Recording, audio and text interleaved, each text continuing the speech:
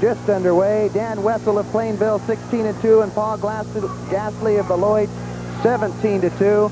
Only a few seconds into the match, but we've had a lot of exciting wrestling already, Ben.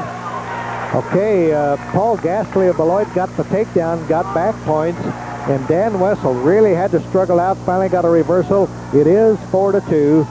Gasly of Beloit is out in front, but he's working off the bottom.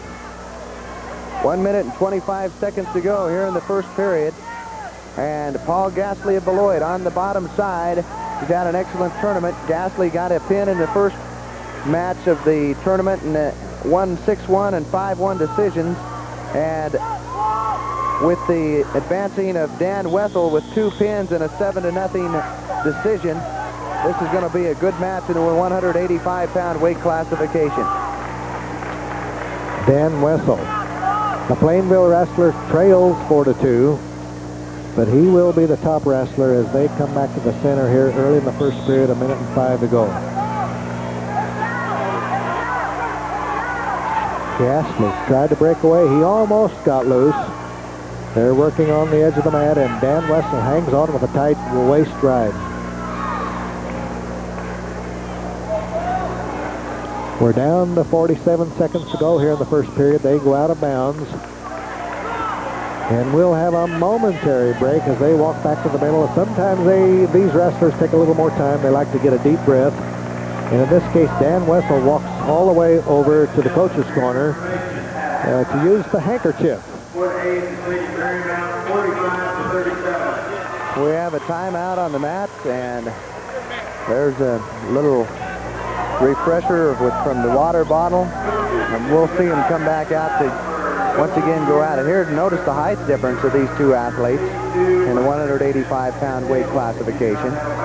Paul Gasly, the stocky and very strong upper-bodied athlete, and Don Wessel has the height and a very well-balanced body and looks like a real All-American. And of course, with the knee braces on, is Paul Gasly of Beloit. But Gasly, the wrestler with the braces, has a 4-2 lead. He's working bottom side here still in the first period, 25 seconds to go. Dan Wessel trying to ride Paul Gasly, but Gasly hard to hold down. He's so short and stocky, strong in the legs, makes it easy for him to stand up.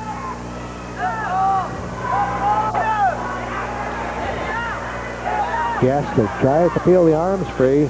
Wessel reaches in with a front leg trip, and they're working out of bounds, and they'll come back to the neutral position. 14 seconds to go, first period. Gasly still has a 4-2 lead. 14 seconds to go in an exciting first period. 4-2 the score. Dan Wessel and Paul Gasly squaring off. Dan Wessel in the top position, and I think we may have a caution. And the caution will go against Dan Wessel of Plainville, if I'm not mistaken, Ben. That's right. It was the green armband of the official, the green leg band of the wrestler. Wessel stands up, and Gasly comes up also. We're down to 2 seconds, and time expires in the first period. It's still a 4-2 lead, Paul Gasly of Beloit. We're about ready to go into the second period, and taking his choice is Dan Wessel of Plainville. He'll take the bottom side. The defending champion at 185 is Brett Bedore of Stockton High School. All right, now in the third period, Paul Gasly has top side. Dan Wessel trailing 4-2, gets a reversal. He scores 2, and now, folks, the match is tied up 4-4. It is a 4-4 match early in the third period, second period, I should say. And we're going to see a lot of good wrestling out of these two kids. That was a perfectly executed standing switch by Dan Wessel, and Paul Gasly was just not able to get a re-switch going or a roll-through or anything because of the perfect execution of the standing switch by Dan Wessel of Plainville. The Plainville wrestler has tied the match up after falling behind early in the first period. It's 4-4, and now Gasly tries to stand up. Wessel working well with the leg ride. Now remember, the wrestler that uses his leg ride the best can last the longest in an intense 6-minute match. Well, the official very quick to call a stalemate as soon as that crossbody ride was hooked up, because he could see that Paul Gasly wasn't going to expose himself, and Dan Wessel was going for a quarter Nelson along with the crossbody ride. And there's a real nice switch by Paul Gasly. Will it work for him as he tries to set out? Wessel, a good series to ride that sit-out series through. A real good counter move for Dan Wessel of Plainville. And Paul Gasly giving it everything he can in those two set-out series. Dan Wessel had a beautiful forward trip, and that was another good match, 4-4, with 1 minute and 12 seconds to go in the second period. It is still 4-4. 1 minute and 12 to go, second period. We have a false start. Will there be a penalty point? The caution goes in red. And that is Paul Gasly of Beloit scores a penalty point on the caution. It's 5-4, Gasly leading. He's bottom side here in the second period.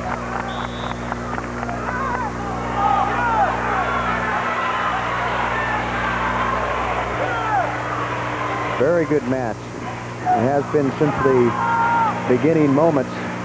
And in the advantage position right now, I believe, would be Paul Gasly of Beloit with the 1-point lead on the bottom side. Dan Wessel of Plainville is going to try to turn him over. But I think that Paul Gasly with 49 seconds is tiring out right now. And he's going to have to show that he is going to make some movement on the bottom side in an effort to get a reversal or an escape. And that is what is really crucial right now. If he braces, I think we'll see a quick warning for stalling at this point. There's a nice stand-up, so he did what he needed to. The forward trip quickly by Dan Wessel. Dan Wessel working topside. The Plainville wrestler trails 5-4, having given up a penalty point on a false start. Puts the leg right on now. Comes on board with the crossbody ride. And now brings Gasly back down to the mat. We're down to 29 seconds to go in the second period. And it's still a 5-4 lead for Paul Gasly. Even though Gasly is on the bottom side, he has that 5-4 lead. We have a stalemate, and now we have a stall warning going against Paul Gasly. And so if he doesn't crank it up and start moving here pretty soon, Dan Wessel can tie the match up on a penalty point. Well, it's still real early in this match, and we're going to see a lot of good wrestling when they start handing out stalling. You can count on a couple of 85-pound individuals being completely worn out. What a response by Paul Gasly of Beloit. He come firing out of there off of that bottom side. And Gasly almost scored with a headlock, but Dan Wessel was able to counter on a roll-through. It's a good move. Third period action, Lonnie, about to get underway. It's still 5-4. And Gasly from Beloit is the leader, but it's a closer match than the score, even than the score indicates. Dan Wessel of Plainville, very intense as he checked in with his coach. He keeps looking over there even at this point for some advice, for some direction. Wessel of Plainville will take the top side going into the final period of action. 5-4 is the score. And will Dan Wessel let him tie it up, or what will his movement be? The official is going to award 1 point to Paul Gasly, and that's a big point in this match. Paul Gasly gets a point. There's still 2 minutes of wrestling, but it was just an infraction of the way that Dan Wessel came up and set up behind Paul Gasly in this match. Well, I can tell you for sure that Dan Wessel did not like the call. You could see the emotion in his face, but he trails now 7-4. He's going to have to lock up and go for a throw. He'll try that now. He's hooking up. He's getting under the arm, comes in on the leg, tries to lock up. He's trying for a neck whizzer, and Gasly moves behind, but no takedown, and Wessel moves around front. Wessel once again trying to throw. Both wrestlers getting tired. We have 1 minute and 33 to go, third period. Wessel trails 7-4. Remember, Dan Wessel is the victim of 2 penalty points, and Gasly is the recipient. It's real interesting right now. Both athletes, as you mentioned, are tired. Wessel still has a lot of time to execute a real nice throw or whatever he needs to do. Paul Gasly is the one that can be conservative, leading by 3, but there's still a lot of time in the match. 1 minute and 18 seconds to go.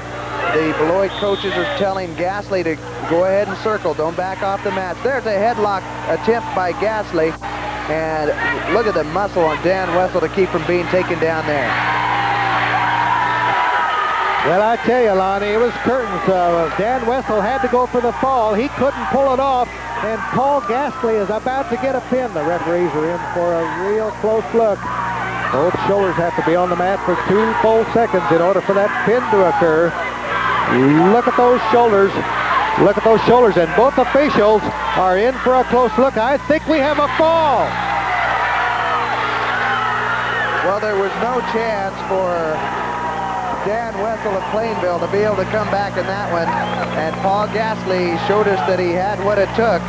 And interestingly enough, that was the first fall for Paul Gasly since the first round match of this tournament. But Paul Gasly, there he is, folks, the 1988 185-pound state champion of Kansas 3-2-1A wrestling. I tell you, he's one tired 185-pounder, but he'll have a chance to recuperate. We'll look at the slow motion for just a moment of that final closing seconds as we see Paul Gasly